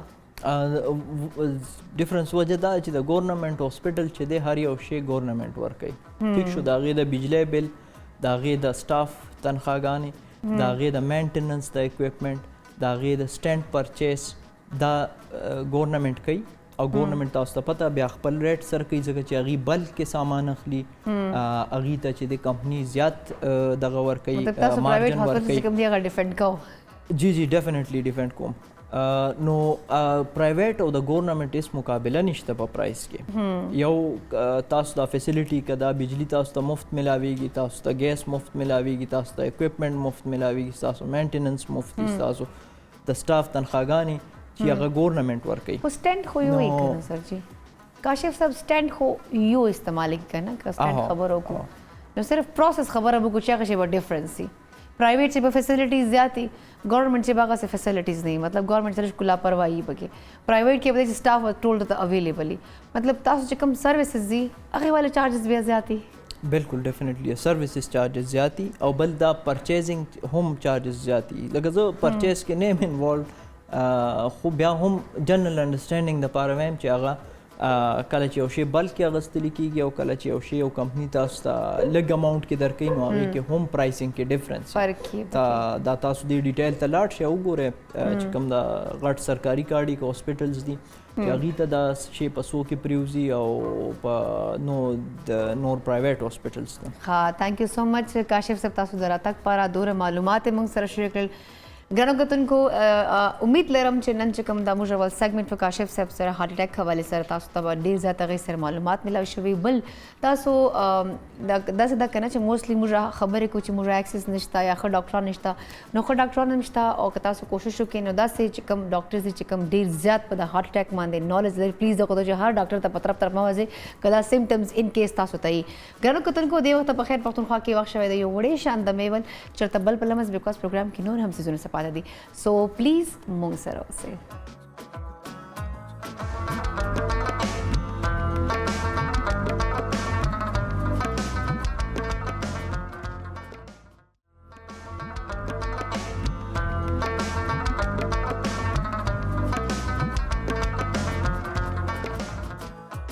जी ग्रानोगतन को बखैर पख्तूनख्वा की ज़लिबियत पस्ता हर कली वही जो टीवी ओस ऑन खड़े दा लका ओस लखो पास दली दी और टीवी स्क्रीन ऑन करे दन तासो हम प्रोग्राम के हिस्सा गस्तला से नन प्रोग्राम के मूंग सरा डेर तकड़ा अखपल जवम चे फील्ड से बिल्कुल स मुकाबला सोगा गो सर नसी लला मतलब मुझे स्पेशलिस्ट का मेरा वक्त ली वो हार्ट हवाले सर हार्ट अटैक हवाले सर मुझे पोलियो हवाले सर खबर ओकड़ा ओस यो बल इम्पॉर्टेंट चिकम मसला दा और डीर जाती गी व्रस पौरा जगह इशू जाती गी आगा कैंसर नो कैंसर चिकम दा वाड़ा वाड़ा माशुमान तम वशी इस तरह तम वशी अगर जैसे खास को एज लिमिट हम निश्ता नो मुझे कोशिश दा कुछ गना कतन को खपल प्रोग्राम चे आगा से डॉक्टर्स दा इनविटेशन वर्क कुछ एटलीस्ट तासो ता अलग अगे बीमारी हवाले सर अलग अवेयरनेस हम दर की बल्कि तासो कॉल कवना ग्वाड़े से मसला ही से इशू ही तासो आगा मुंग सर डिस्कस कवले से स्क्रीन में तासो नंबर अखकारी कब्याम न तखकारी नो जब रिपीट का नंबर चिकम दा गा 0518747604 और चिकम मुझे दुआम नंबर दा गा 0518747704 सिर्फ 604 और 704 फ़र्क था तासो कॉल कवले शे राइट नाउ मा सरा दे वक्ता यो बल्ला दा से काबिल डॉक्टर दा चिकम कैंसर स्पेशलिस्ट थी कैंसर हवाले से डी ज़्यादा आगा नॉलेज लरी बल चिकम दा कैंसर पेशेंट्स डी कवी राइट नाउ आगा चिकम दा हम शिफा इंटरनेशनल के दे वक्ता अखबल चिकम सर्विसेज वर कवी ग्रानोगतन को प्रोग्राम से बाहर कले वर्तवायु स्टडी मसीब वर्तवायु मुंह सर दे वक्त डॉक्टर खोतेजा बानोदा राजी चागो सरा गप शपल बु सलामुना खोतेजा वालेकुम सलाम फर्स्ट ऑफ ऑल को यो जहान मन तास जरा तक पारा खोतेजा पढ़ तो समझ नहीं आती है नहीं मैंने इतनी तारीफ़ें कर दी खोतेजा को मेरी बात ही समझ नहीं आई चलिए कोई मसला नहीं हमने बात की लाइक मैं हमेशा हम प्रोग्राम में ऐसे डॉक्टर्स को इनवाइट करते हैं जिससे हमारे नाजरीन को कुछ फ़ायदा पहुंचे वो लोग जो आप जैसे डॉक्टर्स तक पहुंच नहीं सकते या उनकी एक्सेस नहीं है या होता है ना मोस्टली देखिए खतीजा के बहुत सारे लोग ऐसे हैं जो फ़ीस नहीं अदा कर सकते तो हमारी कोशिश होती है कि हम आप जैसे डॉक्टर्स को इन्वाइट करें ताकि उनको उस बीमारी के हवाले से काफ़ी अवेयरनेस मिले तो फर्स्ट ऑफ़ ऑल आपने इतनी अपनी मसरूफ़ तरीन रूटीन में टाइम निकाला उसके लिए बहुत ज़्यादा शुक्रिया आपका भी thank you for inviting me हमें तो खुशी है कि आप हमारे साथ मौजूद हैं और हमें थोड़ा सा कैंसर के हवाले से गाइड करें क्योंकि कैंसर का जो ये मूजी मर्ज़ है ये बहुत ज़्यादा हो गया है मोस्टली लोग का ये कॉन्सेप्ट बना हुआ कि जी ये जेनेटिक बीमारी है मोस्टली लोग कहते हैं नहीं ये आ जाता है किसी भी वक्त भी किसी चीज़ से भी हो सकता है किसी चोट लगने से भी हो सकता है जैसे स्मोकिंग से भी हो जाता है लोग को खुदा ना ख्वास्ता ब्रेस्ट पे कोई चोट वगैरह लग जाए कुछ प्रॉब्लम हो जाए उससे भी हो जाता है तो इस पर थोड़ा सा अगर आप चाहें तो रोशनी डालें ताकि हमारे नाज़रीन को भी इसकी समझ आ सके कैंसर क्योंकि बहुत फैल रहा है आजकल अच्छा कैंसर का वर्ड एक बहुत बड़ा स्टिग्मा है हमारी सोसाइटी में ना मतलब कैंसर जिसको हो जाए उसकी फैमिली और प्रेशर में आ जाती है हाँ बहुत प्रेशर में आ जाती है प्रेशर इसलिए होता है कि कैंसर का वर्ड खुद इस तरह से है और बीमारी इस तरह से है फिर आगे से इसके जो इलाज है लोगों को इलाज महंगा है और लोगों को फैसिलिटीज़ नहीं है लोगों को अवेयरनेस नहीं है कि किस डॉक्टर को कंसल्ट करना है कहाँ जाना है कहाँ से इलाज कराना है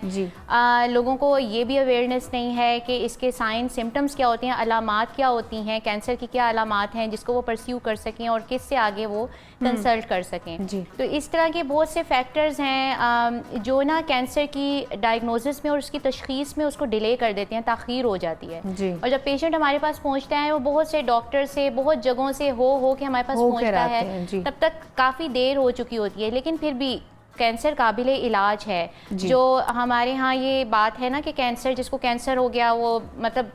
बिल्कुल हाँ ऐसी बात नहीं है कैंसर अगर अर्ली डायग्नोसिस हो जाए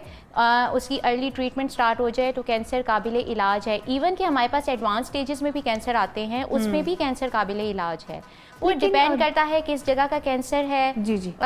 कितना एडवांस है उसको किस किस्म की थेरेपी मिल सकती है पेशेंट की अपनी विलिंग पावर कितनी है, फैमिली कितनी कोऑपरेटिव है, वो मल्टीपल फैक्टर्स हैं जो आगे से ट्रीटमेंट में हेल्प आउट करते हैं। ओके, अब कैंसर के रिस्क फैक्टर्स के हवाले से हम बात कर लें। कुछ तो चीज़ें आपने बताई हैं जी जी, उसमें multiple risk factors are involved cancer की प्रोडक्शन में या डेवलपमेंट में। उसमें यह है कि अगर हम अपनी लाइफस्टाइल से स्टार्ट करें तो हमारे लाइफस्टाइल में कुछ ऐसी चीज़ें हैं जैसे ओबेसिटी या इंक्रीज वेट बहुत सी बीमारियों की जड़ है, diabetes, hypertension, ischaemic heart disease. तो ये सारी चीज़ों के साथ कैंसर का भी एक बहुत बड़ा रिस्क फैक्टर है। जो लोग ओबीस होते हैं, जिनका वेट इंक्रीज होता है, they are more prone to develop cancer as compare to the people who have low weight या जिनका नॉर्मल वेट होता है। ठीक है, इसके अलावा हमारी कुछ डाइटरी फैक्टर्स हैं, जैसे आजकल आपने देखा है प्रोसेस मीट का इस्तेमाल बहुत ज़्यादा हो रहा है। डिफरेंट कंपनीज हैं प्रोसेस मीट, KNNs की, ये प्रोसेस मीट को इसको डिस्करेज करना चाहिए। प्रोसेस मीट का इस्तेमाल, इंक्रीज फैट का यूज़, इसके अलावा इंक्रीज आर्टिफिशियल स्वीटनर्स, हमारी जो हम लोग चीज़ें यूज़ कर रहे हैं उसमें आर्टिफिशियल स्वीटनर्स यूज़ हो रहे हैं, आर्टिफिशियल सॉल्ट्स यूज़ हो रहे हैं, they all contribute to increase the risk of cancer. इसके अलावा टोबैको यूज़, टोबैको जो स्मोकिंग है ना, smoking is a risk factor for all type of cancer. Exactly, बहुत कैंसर्स, कुछ कैंसर्स ऐसे हैं जिनमें इसका रिस्क फैक्टर बहुत ज़्यादा है। टोबैको जैसे लंग कैंसर है, ठीक है, कोलोरेक्टल सीए है, इन सब में इसका स्मोकिंग बहुत ज़्यादा कंट्रीब्यूट करती है। बट सारे कैंसर्स में आप उठा के देख लें, हर जगह smoking is a risk factor for any cancer. हर किस्म का कैंसर, जो भी कैंसर आप देख लें, हर एक में इसका रिस्क फैक्टर है। अल्कोहल आप हमारे तो यहाँ नहीं लेकिन वेस्टर्न कंट्रीज़ वगैरह में अल्कोहल जितना ज़्यादा आप यूज़ करेंगे, उसकी क्वांटिटी, जितना ड्यूरेशन ज़्यादा होगा, उतना ही रिस्क ऑफ कैंसर बढ़ता चला जाएगा। अल्कोहल हमारे मुल्क में काफ़ी इस्तेमाल हो रहा है आजकल, तेजा इतना इस्तेमाल हो रहा है कि यूनिवर्सिटी के बच्चे भी इस्तेमाल कर रहे हैं। तो मतलब इसकी वजह से आए दिन एज, मैंने कहा ना कि अब वो एज नहीं आती कि पहले तो लोग बूढ़े होते थे कि हमारा इम्यून सिस्टम कमज़ोर हो गया या हम क़ुव्वत मुदाफ़त जो है काम नहीं करी, लेकिन आजकल बच्चों को, मतलब बिल्कुल यंग बच्चों को भी कैंसर हो सकता है। The reason is alcohol. हमारे साथ खतीजा कॉलर है, उनसे थोड़ी सी बात करते हैं। आई थिंक आपके लिए उनकी कॉल है। कुरतुलैन है जी, मीरपुर खास से। अस्सलाम वालेकुम। हेलो जी, अस्सलाम वालेकुम। वालेकुम अस्सलाम। कुरतुलैन, कैसी हैं आप? अल्हम्दुलिल्लाह जी। वो डॉक्टर साहिबा से क्वेश्चन पूछना था। जी, श्योर पूछिए। हेलो जी, अस्सलाम वालेकुम। जी, वालेकुम सलाम, बताइए। डॉक्टर साहब, वो हमारे एक जानने वाले, उन्हें अभी रिसेंटली टेस्टिकुलर कैंसर डायग्नोज हुआ है, यंग मतलब मेल है, 28 इयर्स का। जी। तो अब उसके तो प्रोसीजर तो हो के मतलब उनका जो टेस्टिस था वो तो एक रिमूव कर दिया, मगर अब उसकी कीमो चल रही है। जी। अब उनका ये कि उन्हें वो मतलब उनके वाइट ब्लड सेल्स के लिए वो फेल्जिन की उनको ड्रिप लगती है और वो उसका ना मतलब वाइट ब्लड सेल्स मेंटेन रखने होते हैं। तो ऐसी क्या चीजें डाइट में हो कि हम उन्हें दें कि उनके वाइट ब्लड सेल्स इंजेक्शन के साथ मेंटेन रहे कि जब तक दूसरा कीमो का सेशन ना हो? ओके, ठीक है। Thank you so much Qurratulain call करने के लिए। बड़ा उनका टेंशन वाला मसला चल रहा है बिकॉज कीमोथेरेपी जब हो जाती है तो कीमोथेरेपी के कुछ साइड इफेक्ट्स होते हैं ना, जिसमें कीमोथेरेपी जैसे एबनॉर्मल सेल्स को किल करती है ना, तो थोड़ा बहुत इफेक्ट उसका नॉर्मल ब्लड सेल्स पे भी होता है और बॉडी के डिफरेंट सेल्स पे भी होता है। तो उसमें वाइट ब्लड सेल्स कम हो जाती हैं, ये पोस्ट कीमोथेरेपी साइड इफेक्ट है। उसको हम बिल्डअप करते हैं, एक वाइट ब्लड सेल्स इंक्रीज करने का एक इंजेक्शन है जिसको हम फिल्जन बोलते हैं, वो उनको दे रहे हैं। तो ऐसे हमें वही देना पड़ेगा और पेशेंट को ऐसी सूरत में क्योंकि जिनके वाइट ब्लड सेल्स कम हो जाते हैं, they are more prone towards infection, तो इन्फेक्शन से बचाना ज़रूरी होता है। और अगर पेशेंट को फीवर हो तो इस सूरत में डॉक्टर से परस्यू करना फ़ौरन जल्दी ज़रूरी होता है ताकि उसको टाइमली एंटीबायोटिक स्टार्ट हो सकें। इसमें डाइटरी ऐसी कोई चीज़ नहीं है, डाइट अच्छी होनी चाहिए, घर का पका हुआ खाना खिलाना चाहिए, जो हम कीमोथेरेपी के पेशेंट्स को एडवाइस करते हैं कि घर का खाना खाएं, पका हुआ खाएं, बाहर से बाजार से जैसे ठेले वगैरह के फूड, ये फ्रूट चाट, इस तरह की चीज़ें ना खाएं। तो ऐसे कोई स्पेसिफिक फूड नहीं है जो वाइट ब्लड सेल्स को इंक्रीज कर सके, बस घर का अच्छा खाना खिलाएं। हम पेशेंट को इनकरेज करते हैं कि फ्लूइड इंटेक बहुत अच्छा रखें। जैसे गर्मियों में अभी मिल्क शेक्स वगैरह, इस तरह फ्लूइड इंटेक बहुत अच्छा होना चाहिए। जितनी आपकी डाइट अच्छी होगी, खालिस होगी, होगी उतनी आपकी कुव्वत मुदाफ़त अच्छी होगी, इम्यूनिटी अच्छी बिल्ड होगी और आप मतलब आगे शेक और जूस का इस्तेमाल ज़्यादा करें क्योंकि अभी गर्मियाँ भी हैं। तो ऐसे कोई ऐसी स्पेसिफिक फूड नहीं है जो हम पेशेंट को कहें कि ये आप खाएंगे तो आपके WBC बढ़ जाएंगे या वाइट ब्लड काउंट बढ़ जाएंगे, ऐसा है नहीं। बस हम नॉर्मल फूड, अच्छी फूड, घर का खाना आप दें और उससे कुव्वत मुदाफ़त बढ़ेगी, आगे नेक्स्ट साइकिल ऑफ कीमोथेरेपी को वो अच्छा फेस कर सकेंगे और अपनी बीमारी से भी अच्छा लड़ फाइट कर सकेंगे। सकेंगे। गाना कुतन को सिर्फ यह खबर कमा खोतेजा वाला आज कम दा सिर्फ द कीमोथेरेपी पेशेंट पर नदा चोरा हम खलक दी देव चोरा हम माँ ग्रान कुतन की माँ गोरी माँ ख्वान दी माँ मलगरी दी माँ कोलीग्स दी आज कम मुझा दे वक्त गोरी खलक डाइट चिकम दा आवई चखपल कोर वाल चिकम दा खाना पीना मान दिलश को फोकस हो के बाहर न दा खुराक चिकम दा मिलावट न डकती दा मखोरी प्लीज़ दा अवॉइड कवे स्पेशली द जंक फूड को बिल्कुल अवॉइड की खपल लाइफ न बल चिकम दा खोते जावई चे मुझे तपका चे द जूसेस और शेक्स चिकम दा खपल रूटीन के उसको गर्मी में सका चे इंसान डिहाइड्रेट में ज़्यादा सी नो पका दो वाल इंटेक डेर ज़ातु को नो कोशिश कवे चे बाहर वाला सीजन में के और स्पेशली अगा मावरुना चिकम सिगरेट्स की अगा लकान चिकम सिगरेट्स की अगा ढेर ज़्यादा एहतियात के जिक्र चे खतेजा वही चे हर कैंसर वाल चिकम जड़ दागा सिगरेट नोशीदा नो कोशिश हो के चे द सिगरेट ब्रेक बिकॉज वही न जान है तो जहान है जो ज़िंदगी नो बेवा सिगरेट मन से चल को। अच्छा खतीजा एक मैंने आपकी वो बात थोड़ा सा पश्तो में हमारे नाज़रीन को बताया क्योंकि बहुत सारी मेरी बहनें हैं जो देखती हैं उनको उर्दू की समझ नहीं आती है। अच्छा एक चीज़ है जो मुझे ना बड़ा कभी मुझे मायूसी होती है हमारे प्राइवेट हॉस्पिटल से। लाइक ऐसा होता है कि मेरे दादा स्मोकिंग करते थे, स्मोकिंग से मुझे एकदम से बात याद आई, वो बहुत स्मोकिंग करते थे, उसकी वजह से उनका ना एक यहाँ पे ज़ख़म सा बन गया पेट के अंदर, होता ना कि बलगम जमा होता रहता है एक जगह पे, वो फिर आपका वो आपको पता नहीं चल रहा होता, उनको सांस में प्रॉब्लम होना शुरू हो गई थी, उसके लिए वो मेडिसिन लेना शुरू हो गए थे। लेकिन माशाल्लाह ही वॉज़ वेरी हेल्दी और मतलब बड़ा डाइट का ख्याल रखने वाले थे, मतलब हम उनके मुकाबले में कुछ भी नहीं। उनके 72 ईयर्स के थे, उनके दांत सारे सलामत थे, ऐसे थे कि बहुत एक्टिव थे। बट उनको जब वो कैंसर हुआ डॉक्टर्स ने हमें नहीं बताया, प्राइवेट हॉस्पिटल और एक बहुत बड़े हॉस्पिटल की बात कर रही हूँ, उन्होंने हमें नहीं बताया कि भाई उनको कैंसर है या उनका नहीं, जिनको तो हर्निया है, इस तरह से हमें बहुत भगाया। ठीक है, एंड में उन्होंने बताया जब आखिरी स्टेज पे थे वो, मतलब वो कैंसर बढ़ चुका था, तो फिर उन्होंने उसके बाद कीमोथेरेपी फ़ौरन से कर दी। हालांकि उस टाइम उनकी हालत ये नहीं थी क्योंकि पहले उनका पानी जमा हो चुका है, वो निकालना पड़ेगा, ये होगा। इसी तरह बहुत सारे हमारे लोग इस वक्त देख रहे हैं कि मोस्टली लोग के साथ ये चीज़ें हो रही हैं और ये चीज़ें नहीं होनी चाहिए। मैं तो डिस्करेज करती हूँ बहुत ज़्यादा। तो ऐसी सिचुएशन में खतीजा अच्छे डॉक्टर्स का हमें कैसे पता चले कि ये जो डॉक्टर है ये कैंसर का इलाज बहुत अच्छे से करता है और हमें इसी से रुजू करना चाहिए? देखिए, इसके लिए हमें खुद प्रोग्राम्स अवेयरनेस करनी पड़ेगी through TV channels, through media, कि कौन कौन से कैंसर के हॉस्पिटल्स हैं, कहाँ पे कैंसर की ट्रीटमेंट होती है, कौन कौन से कैंसर के स्पेशलाइज्ड डॉक्टर्स हैं। लोगों को नहीं पता होता क्योंकि रेयर फील्ड है, लोगों को इतनी नो हाउ नहीं है। लोग पहले अपने नॉर्मल मसले के लिए किसी जीपी के पास जाते हैं, जनरल प्रैक्टिशनर के पास जाते हैं, वो थोड़े से टेस्ट लिखता है, वो फिर किसी और के पास रेफ़र करता है, वो फिर रेफ़र होते होते हमारे ये अवेयरनेस, ये थ्रू मीडिया, ये इसके लिए अवेयरनेस करने की ज़रूरत है। लोगों को ये भी बताने की ज़रूरत है कि आपको किस किस्म के सिम्टम्स आएँ, किस किस्म की अलामात आएँ, तो आपने फ़ौरन इनको इग्नोर नहीं करना, फ़ौरन डॉक्टर को कंसल्ट करना है। ये लोगों को अलामात भी नहीं पता, लोग बहुत लंबी खांसी लेके चलते रहते हैं, लोगों का वज़न कम होता रहता है, वो उसको इग्नोर करते रहते हैं, पखाने में ब्लड आए या यूरिन में ब्लड आए, वो इस चीज़ को भी इग्नोर करते हैं। तो कोई इन्फेक्शन हो गया होगा? नहीं, कुछ अलामात ऐसी हैं जैसे अगर आपको मुसलसल थकावट रहने लगे, ठीक है, नॉर्मली हम थक जाते हैं लेकिन आपको मुसलसल थकावट है, आपको रेस्ट करने के बावजूद आपकी थकावट में कमी नहीं आ रही,